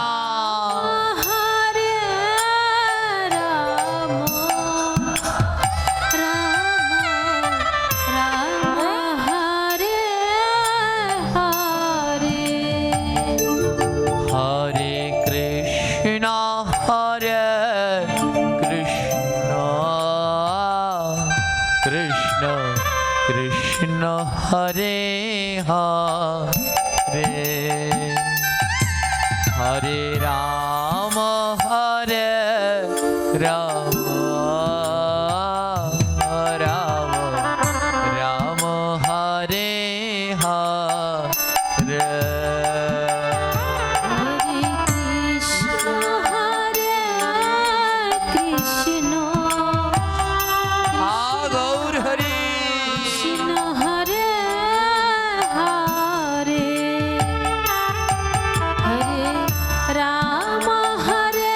করতালটা কে বাজাচ্ছেন? তাল কেটে যায়। রাম হরে হরে, হরে কৃষ্ণ হরে কৃষ্ণ, কৃষ্ণ কৃষ্ণ হরে হরে, হরে রাম হরে রাম, রাম রাম হরে হরে, হরে কৃষ্ণ হরে। সবাই মিলে উচ্চ স্বরে কৃষ্ণ হরে হরে, রাধে রাম হরে রাম, রাম রাম হরে হরে। জানেন, শত শত ভক্ত দেখতে এসেছে, আর ওর মধ্যে একটা পাপী ছিল, কোনোদিন আসেনি মন্দিরে। ওই পাপীটা এসেছে দেখতে, আর পাপীটা যখন ভগবানের বিগ্রহের দিকে তাকালো, পাখিটার মনের ভিতরে প্রেম উদয় হলো। পাপীটা মনে মনে ভাবলো, এত সুন্দর ঠাকুরকে ওরা ভেঙে ফেলবে। পাপীটা মন্দিরের পূজারীর কাছে গিয়ে বললেন, পূজারী ঠাকুর, ও পূজারী ঠাকুর, ওই যে ইংরেজ সাহেব ঘড়ি দিয়েছে, ঘড়ি কি চলবে? পূজারী বলল, কেন চলবে না ভাই, ভগবান আসলে ঠিক ঘড়ি চলবে। ভগবান আসবে? হ্যাঁ আসবে। কি করলে ভগবান আসে? কিচ্ছু করতে হবে না, শুধু নাম করো, নাম করলে ঠিক ভগবান আসবে। জানেন, ওই পাপীটা কোনোদিন নাম করেনি, কিন্তু সেদিন ওই পাপীও বদন ভরে গাইতে লাগলেন, হরে কৃষ্ণ হরে কৃষ্ণ, কৃষ্ণ কৃষ্ণ হরে হরে, হরে রাম হরে রাম, রাম রাম হরে হরে। হরে কৃষ্ণ হরে কৃষ্ণ। আসুন আসো না ভগবান, কৃষ্ণ একবার আসো। হরে হরে রাম হরে রাম রাম রাম হরে হরে। বৃদ্ধ পূজারী দীর্ঘদিন ধরে গোবিন্দ দেবের সেবা দিয়েছিলেন, মনটা বড় বিষণ্ণ। সেই ঘড়িটা নিয়ে গোবিন্দ দেবের হাতে পরালেন। বৃদ্ধ হয়ে গেছে তো হাতটা থরথর করে কাঁপছে, ভগবানের বিগ্রহে ঘড়ি পরাচ্ছে। প্রভু, আমি আমার জীবন যৌবন তোমার এখানেই সমর্পণ করেছি। আজ ওই সাহেবরা এসেছে মন্দির ভাঙতে, ওরা বলে তুমি নাকি পাথরের ঠাকুর। আজ প্রমাণ করে দিও তুমি পাথরের ঠাকুর নও। ও ভগবান, তুমি কিন্তু এসো, তুমি আসলে ঘড়ি চলবে।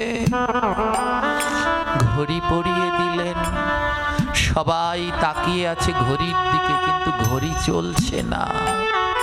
কি করে চলবে বলুন? ওই ঘড়ি তো তখনই চলে যার হাতে নার্ভ চলে, তার হাতে চলে।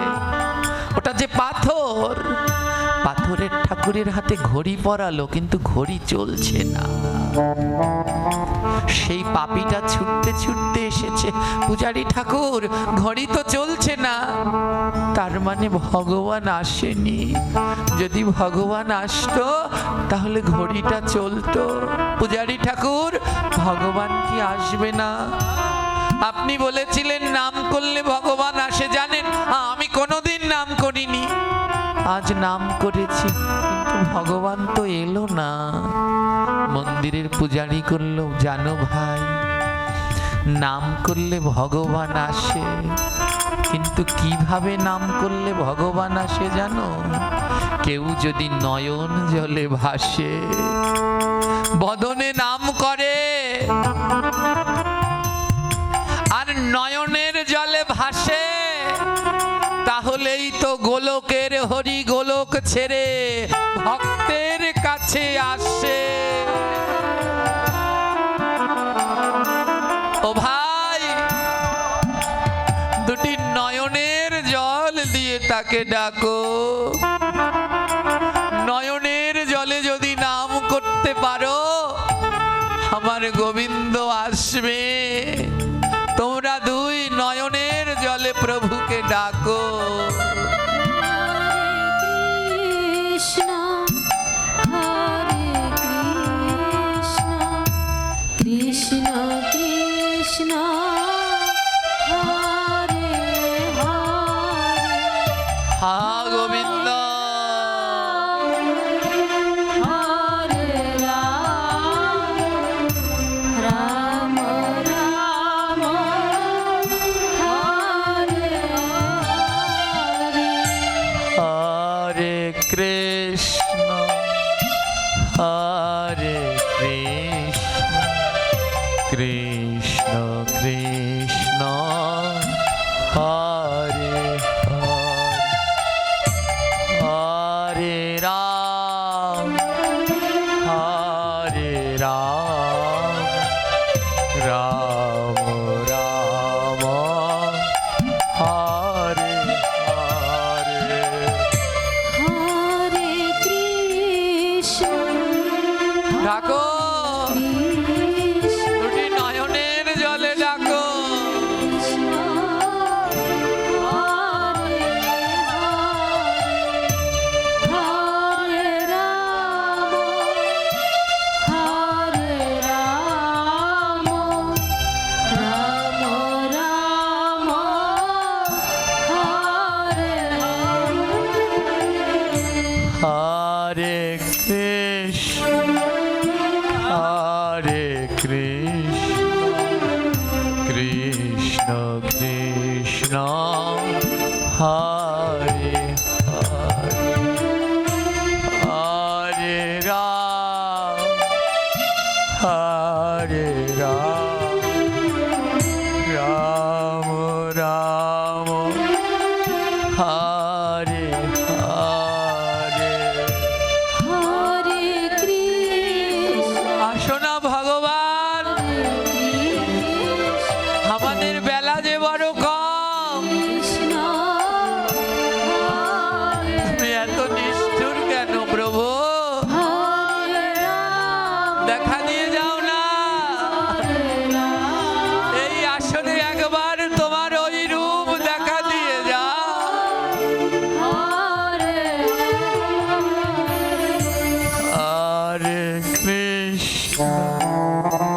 হরে কৃষ্ণ কৃষ্ণ কৃষ্ণ হরে হরি বল হরি বল। হরে রাম হরে রাম রাম রাম হরে হরে হরে কৃষ্ণ হরে কৃষ্ণ কৃষ্ণ কৃষ্ণ হরে হরে রাধে রাম হরে রাম রাম রাম হরে হরে। পাপীটা আবার ছুটতে ছুটতে এসেছে। ঠাকুর মশাই, আপনি বলেছেন নয়ন জলে ডাকতে, কিন্তু আমি ভগবানের নাম করি, নয়নে জল ঝরে না। পূজারী ঠাকুর বললেন, ভাই রে, এ জগতের নয়নে তো তখনই জল ঝরে যখন বদনে নাম করে আর দুই বাহু দিয়ে ভক্তকে বুকের মাঝে জড়িয়ে ধরে, তখনই তো কৃষ্ণ নামে জল ঝরে। যারে ভাই ভক্তের কাছে যা আর বুকের মাঝে জড়িয়ে ধর কৃষ্ণ আর বদনে নাম কর, দেখবি তোর নয়নে জল ঝরবে। রাম হরে রাম রাম রাম হরে হরে কৃষ্ণ হরে কৃষ্ণ কৃষ্ণ কৃষ্ণ হরে হরে হরে রাম হরে রাম রাম রাম হরে হরে। হরে কৃষ্ণ হরে কৃষ্ণ যাও না, কৃষ্ণ একবার ভক্তের কাছে গিয়ে বুকে জড়িয়ে ধরো, হরে জন্মে জন্মের সকল জ্বালা দূর হয়ে যায়।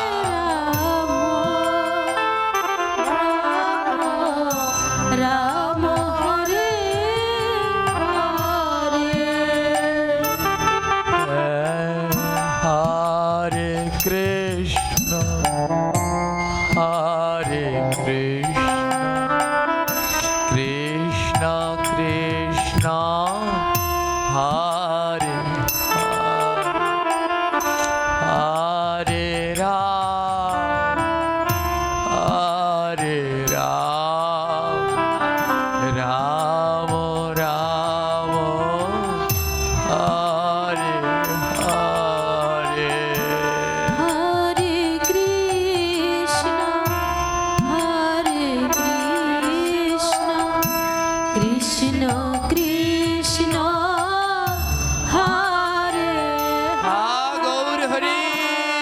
হরে রাম হরে রাম রাম রাম হরে হরে।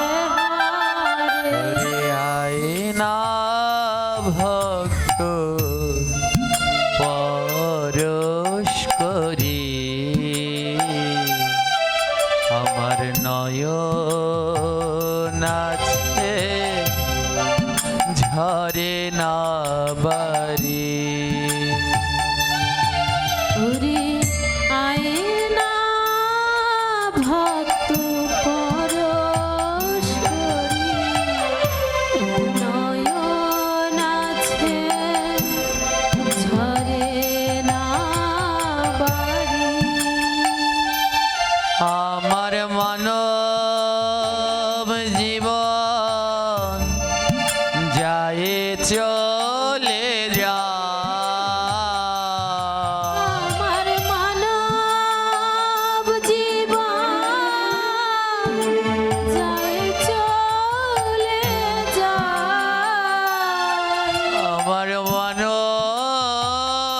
জীবন যায় চলে যা। আমার মানব জীবন যায় চলে যায়। তোরা একবার ভক্ত আয় বুকে আয়। তোরা একবার ভক্ত আয় বুকে আয়। তোমরা সবাই মিলে দেওয়া মারে চরণের ভুলে। তোমরা সবাই মিলে রাধে চরণের ধুলি। তোমরা সবাই মিলে দেওয়া মারে চরণের ধুলে। তোমরা সবাই মিলে দেওয়া মারে চরণের ধুলি। আমি অন্তিম কালে বদনে যেন রাধে রাধে বলি। আমি অন্তিম কালে বোধনে যেন বলি রাধে রাধে। বল হরে কৃষ্ণ হরে কৃষ্ণ কৃষ্ণ কৃষ্ণ হরি বল। হরে হরে বল হরে রাম হরে রাম রাম রাম হরে হরে। বলো হরে কৃষ্ণ। বলো বদন ভরে সবাই বলো কৃষ্ণ কৃষ্ণ হরে হরে। বলো হরে রাম হরে রাম রাম রাম হরে হরে। জানেন সেদিন ওই গোবিন্দ মন্দিরে যারা এসেছে সবাই মিলে নাম করছে আর সবার নয়নে জল, কিন্তু ঘড়ি চলে না। ইংরেজ সাহেবরা আনন্দে উল্লাসে মেতে উঠেছে, দেখো ঘড়ি চলছে না। তোমাদের ঠাকুর পাথর ঘড়ি চলছে না। সবাই মাথা নুয়ে রয়েছে। সাহেব বলছে যাও হাতুর বাটল সব নিয়ে আসো, মন্দির ভাঙার কাজ শুরু করো। সবার মাথাগুলো নিচু আর সবার নয়ন থেকে টপ টপ করে জল ঝরছে। সেদিন ভক্তরা এমন ভাবে কেঁদেছিল, ভক্তের নয়নের জলে ওই মন্দিরের ধুলো কাদা হয়ে গিয়েছিল। ভগবান আসে, সত্যি আসে, কখন কাঁদিতে কাঁদিতে যেদিন ধুলা হবে কাদা, সেই না কাদায় নন্দের বেটা জন্মে জন্মে বাধা। হে ভক্ত, কাঁদতে থাকো, কাঁদতে কাঁদতে যেদিন নয়নের জলে চরণের ধুলা কাদা হবে, সেই কাদা মাখতে গোবিন্দ আসবেন। কাদা দুই প্রকারের হয়, নয়ন থেকে জল ঝরলে তাকেও বলে কাদা, আর জল ধুলোর মধ্যে পড়ে যা সৃষ্টি হয় তাকেও বলে কাদা। আজ নয়নের জলে মন্দিরের সমস্ত ধুলো কাদা হয়ে গেছে, ঘড়ি চলছে না, ভক্তদের মাথাগুলো নিচের দিকে, সবাই মাথা নুয়ে আছে মা, কোনো শব্দ নেই, একেবারে শান্ত। মন্দিরে কোনো শব্দ নেই, একেবারে শান্ত হয়ে গেছে। ঠিক সেই সময়ে সবার কানে একটা শব্দ এলো, টিক টিক টিক টিক। সবাই অবাক হয়ে গেল, কিসের শব্দ? ধীরে ধীরে সবাই মাথা তুলছে, শব্দটা আরো জোরালো হলো, টিক টিক টিক। সবাই মিলে গোবিন্দ দেবের দিকে তাকালো, সবার নজর ঘড়ির দিকে, আর সবাই দেখলো ভগবানের হাতে ঘড়িটা চলতে শুরু করে দিয়েছে।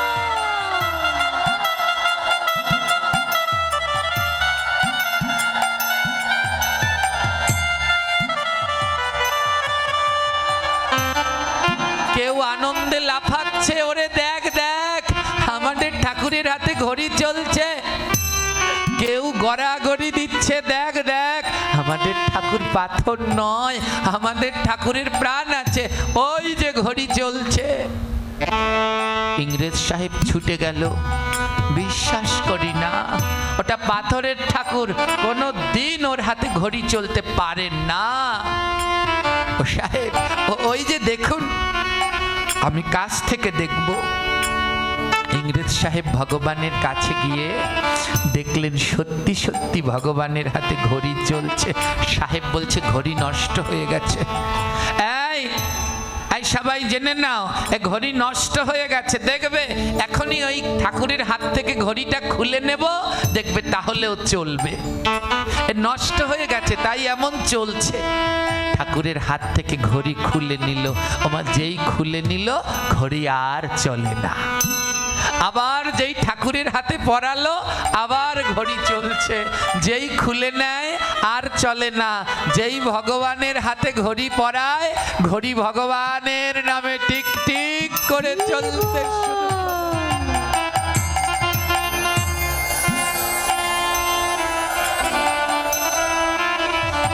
ইংরেজ সাহেব বুঝতে পারল ঘড়ি নষ্ট হয়নি, ঘড়ি ঠিকই আছে। ইংরেজ সাহেব বুঝতে পারল ওটা শুধু পাথরের ঠাকুর নয়, ওর মধ্যে প্রাণ আছে। ইংরেজ সৈন্যরা লর্ড গিলবার্ট সাহেবকে বলল, চলো সাহেব আমরা ফিরে যাই। ইংরেজ সাহেব সৈন্যদেরকে বলল, তোমরা যাও, আমার আর বোধহয় যাওয়া হবে না, তোমরা যাও। কি বলছেন? হ্যাঁ, কিন্তু একটুখানি দাঁড়াও। ইংরেজ সাহেব একটা দরখাস্ত লিখলেন, নাও এই দরখাস্তটা নিয়ে কোম্পানির বড় সাহেবের হাতে দেবে। আমি আর চাকরি করব না, আমি চাকরি থেকে এখানেই অব্যাহতি দিলাম। এই দরখাস্তটা নিয়ে বড় সাহেবকে দিয়ে দেবে, আমি আর চাকরি করব না। ইংরেজ সৈন্যরা সেই দরখাস্তটা নিয়ে বড় সাহেবের কাছে চলে গেল। আর লর্ড গিলবার্ট মন্দিরের পূজারীর চরণ জড়িয়ে ধরে বলল, পূজারী আমি সারা জীবন অনেক পাপ করেছি, আজ বুঝতে পারলাম এ জগতের আসল সত্য আমার গোবিন্দ। ও পূজারী বলে দাও, আমার সারা জীবনের পাপ কিসে ক্ষমা হবে?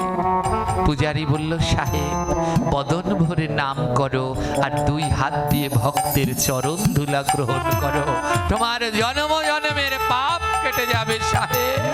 কৃষ্ণ কৃষ্ণ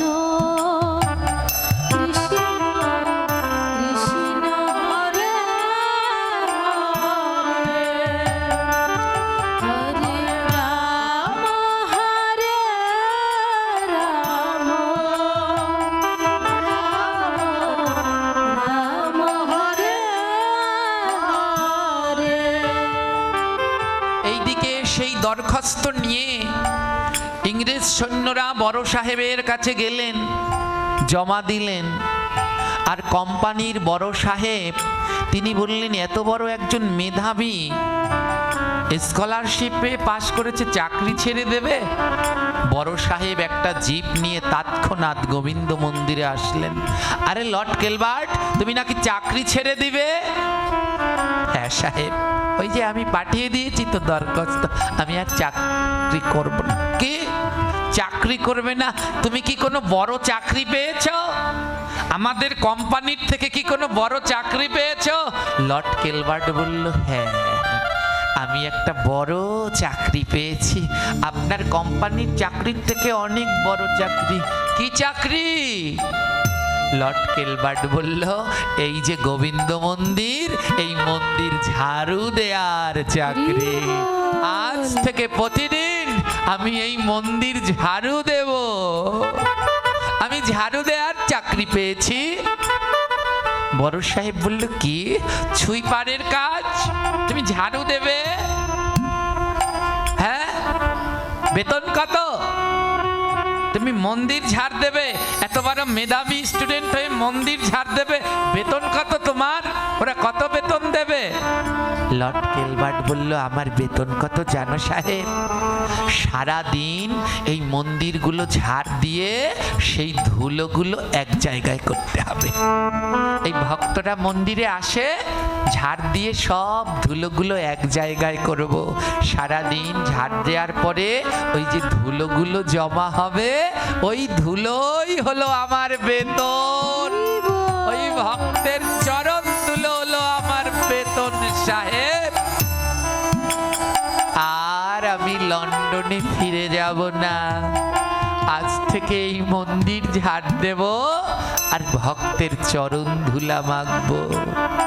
জানেন মা, সেই দিন থেকে ওই লর্ড কেলবার্ট সাহেব আর লন্ডনে ফিরে যায়নি। এ কোনো গল্প কথা নয়। 30 বছর বয়সে লর্ড কেলবার্ট এসেছিল গোবিন্দ মন্দির ভাঙতে। এখন তার বয়স 90 বছর, বৃদ্ধ হয়ে গেছে। দীর্ঘ 60 বছর ধরে লর্ড কেলবার্ট সাহেব গোবিন্দ মন্দির ঝাড় দিয়েছিল। আর সেই ঘড়িটা নিয়ে অপেক্ষা করেছিল। ওই ঘড়িটার কোনোদিন পড়েনি। ওই ঘড়িটাকে বুকের মধ্যে রেখে দিত। তার মনে হতো কোনো না কোনো দিন গোবিন্দ আসবে, আর গোবিন্দকে আসলে আরেকবার ঘড়িটা তার হাতে পরাবো। তাই প্রতিদিন মন্দির ঝাড় দিতেন। জীবনের যৌবনটা ওই মন্দির ঝাড়ু দিয়ে কাটিয়ে দিলেন। এখন তার বয়স 90, এখন আর হাঁটতে পারে না, বয়সের ভারে নুয়ে গেছে, কিন্তু আজও মন্দির ঝাড় দেয়। এখন আর ঝাড়ু দিয়েও ঝাড় দিতে পারে না। এখন কি করে জানো? উত্তরীটা দিয়ে মন্দিরটা মুছে দেয়। সারা দিন কেটে যায়, আর রাত্রবেলাও সবাই ঘুমিয়ে পড়ে। সে একা একা সারা মন্দির, আঙিনা, রাস্তা ওই উত্তরী দিয়ে মুছে। একজন জিজ্ঞেস করলো, সাহেব তুমি ঘুমাবে না? সাহেব বলল, জীবনের 30 বছর ঘুমিয়েছি। জীবনের 30 বছর বুঝতে পারিনি গোবিন্দ কোন ধন। তাই আর আমার জীবনে ঘুম হবে না। আমাকে মন্দিরের পূজারী বলেছিল, আমার পাপ খণ্ডন হবে নামে আর ভক্তের চরণ ধুলায়। তাই বাকি জীবনটা আমি নাম করব আর ভক্তের চরণ ধুলা মাখবো। ওই মন্দির ঝাড় দিয়ে চরণ ধুলা এনে সব অঙ্গে মাখে আর সারাদিন নাম করে। 90 বছর কেটে গেল। সাহেব আর এখন হাঁটতেও পারে না, ভালো চোখেও দেখে না। এক পূর্ণিমার রাতে সাহেব মন্দিরের আঙিনা মুছছে। ঠিক সেই সময় কেউ একজন এসে সাহেবকে জড়িয়ে ধরল। সাহেব বলল, এই গভীর রাতে কে এসেছো? আমি তো ভালো চোখে দেখতে পাই না। এখন তো সবাই ঘুমিয়ে পড়েছে, এই গভীর রাতে কে আমায় জড়িয়ে ধরলে? যখন জড়িয়ে ধরল না, সাহেবের মনে হলো সমস্ত দেহটা শীতল হয়ে গেল। কে তুমি? কে? কে আমায় জড়িয়ে ধরলে আমার মনে হয় আমার জন্মে জন্মের সব জ্বালা দূর হয়ে গেছে। কে আমায় জড়িয়ে ধরলে? পূর্ণিমার চাঁদের আলো এসে পড়ল, আর সেই পূর্ণিমার চাঁদের আলোতে দেখলো সাহেবকে যে জড়িয়ে ধরেছে সে আর কেউ নয়, স্বয়ং অনাদির আদি প্রাণ গোবিন্দ আমার সাহেবকে জড়িয়ে ধরেছে। প্রভু, ও প্রভু,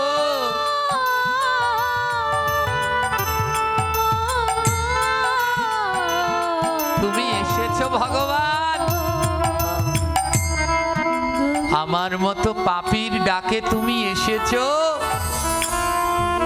আমি বহুদিন ধরে তোমায় ডাকছি, সেই 30 বছর থেকে 90 বছর, দীর্ঘ কত বছর, 60 বছর ধরে আমি তোমায় ডেকেছি।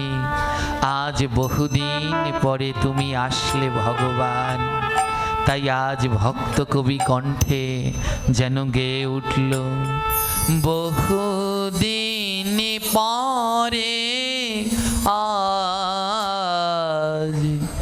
এলো শ্যাম রায়।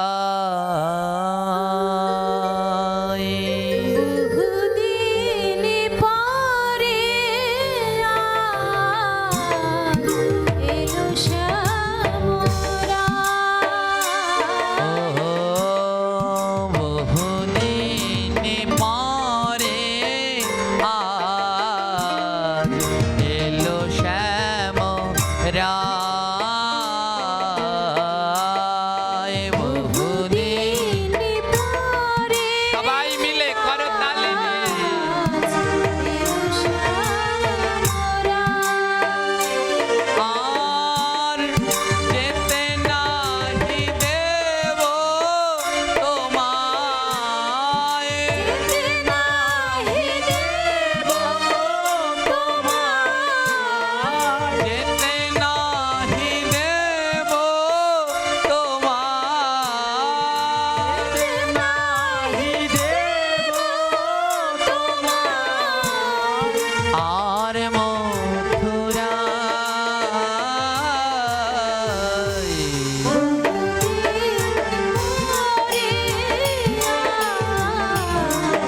এলো শ্যাম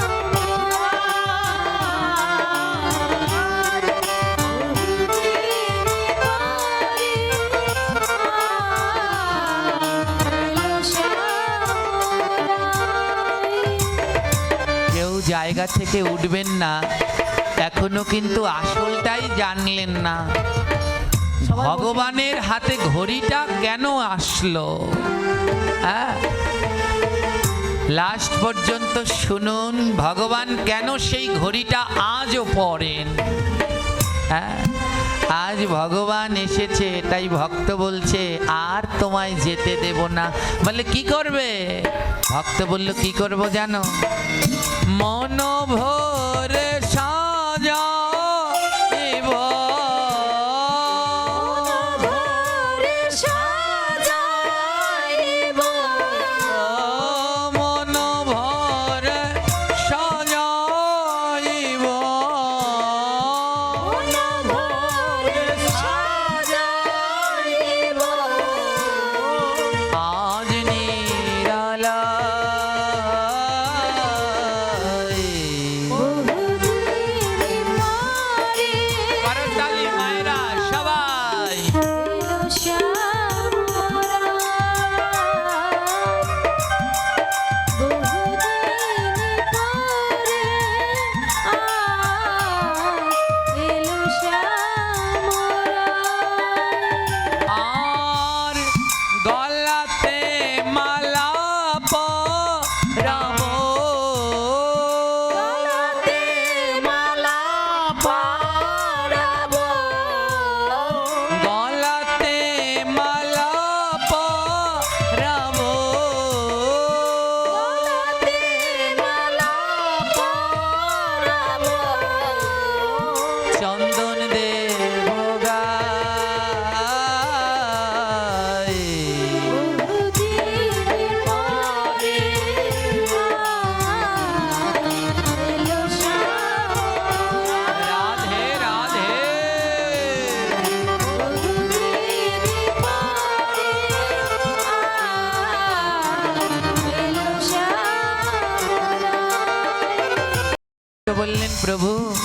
তোমার গলায় মালা পরাবো আর গায়ে চন্দন দেব।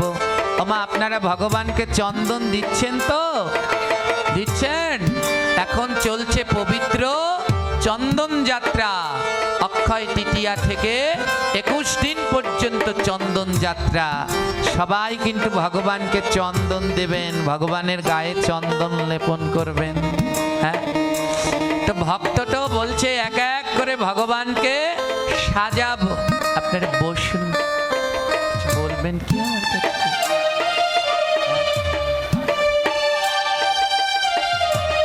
বলে দেব। এবার ভক্তটা বলছে ফুল দেব, চন্দন দেব, মালা দেব। আর লর্ড গিলবার্ট বলছে হে ভগবান, আমার কাছে তো কিছুই নেই, ফুলও নেই, চন্দনও নেই, মালাও নেই, আমি কি করব? ভগবান বলছে সাহেব, আমার কাছে তুমি একটা বর চাও। এই জায়গাটা মন দিয়ে শুনবেন।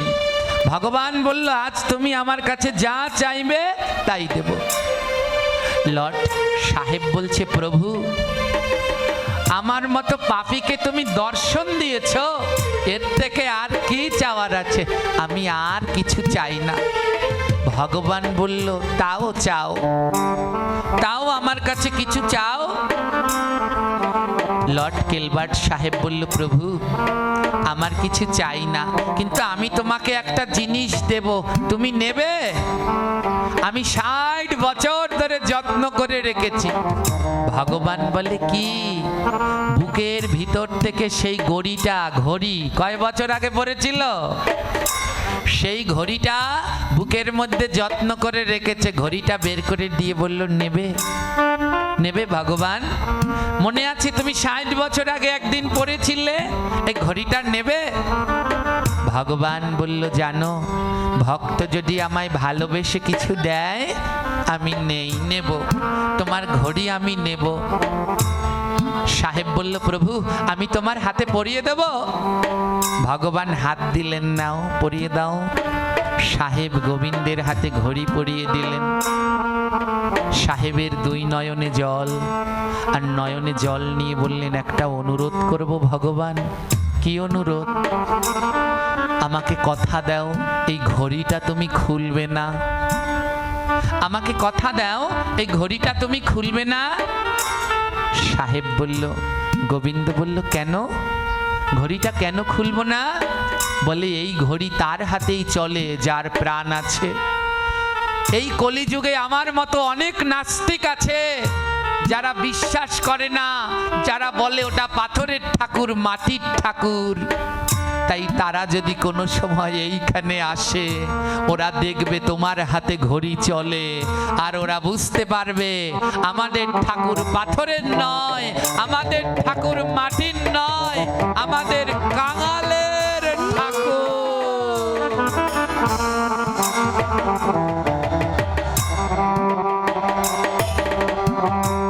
ভগবান বলল কথা দিলাম, কথা দিলাম, তোমার দেয়া এই ঘড়ি আমি পরে থাকবো। ওমা, এই সেই ঘড়ি। আজও ভগবান প্রতিদিন এই ঘড়িটা পরেন। কত ভক্তরা সেখানে ঘড়ি দেয়, কিন্তু আজও সেই 300 বছরের পুরানো সাহেবের দেয়া ঘড়িটা গোবিন্দ ধারণ করেন। জানেন, যখন হাত থেকে ঘড়িটা খোলা হয় ওই ঘড়ি চলে না।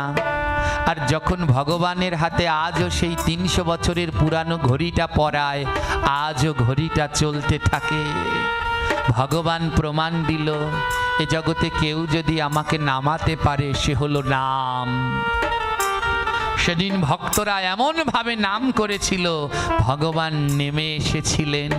তাই আদ্যকার এই পবিত্র মধুসূদন মাসে আলোচনার শিক্ষা, যারা এখনো নাম করেন না, যারা এখনো জপের মালা নেননি, অপেক্ষা করছেন আরো পরে মালা জপ করব, তাদের দুটো চরণে হাত দিয়ে বলছি, আপনারা আর দেরি করবেন না, আর দেরি করবেন না। জীবনের সময় কমে যাচ্ছে।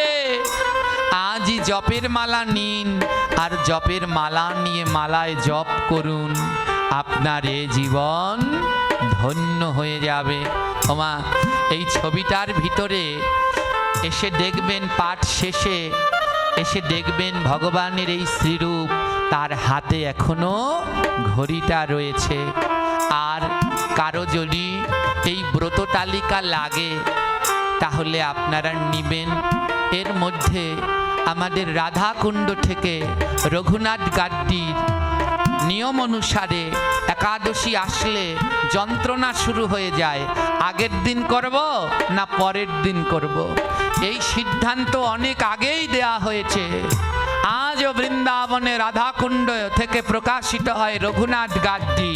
আমা, ইসলাম ধর্মে দেখবেন তো তাদের রোজা হয়, ঈদ হয়, এগুলো কোনখান থেকে সিদ্ধান্ত দেয়?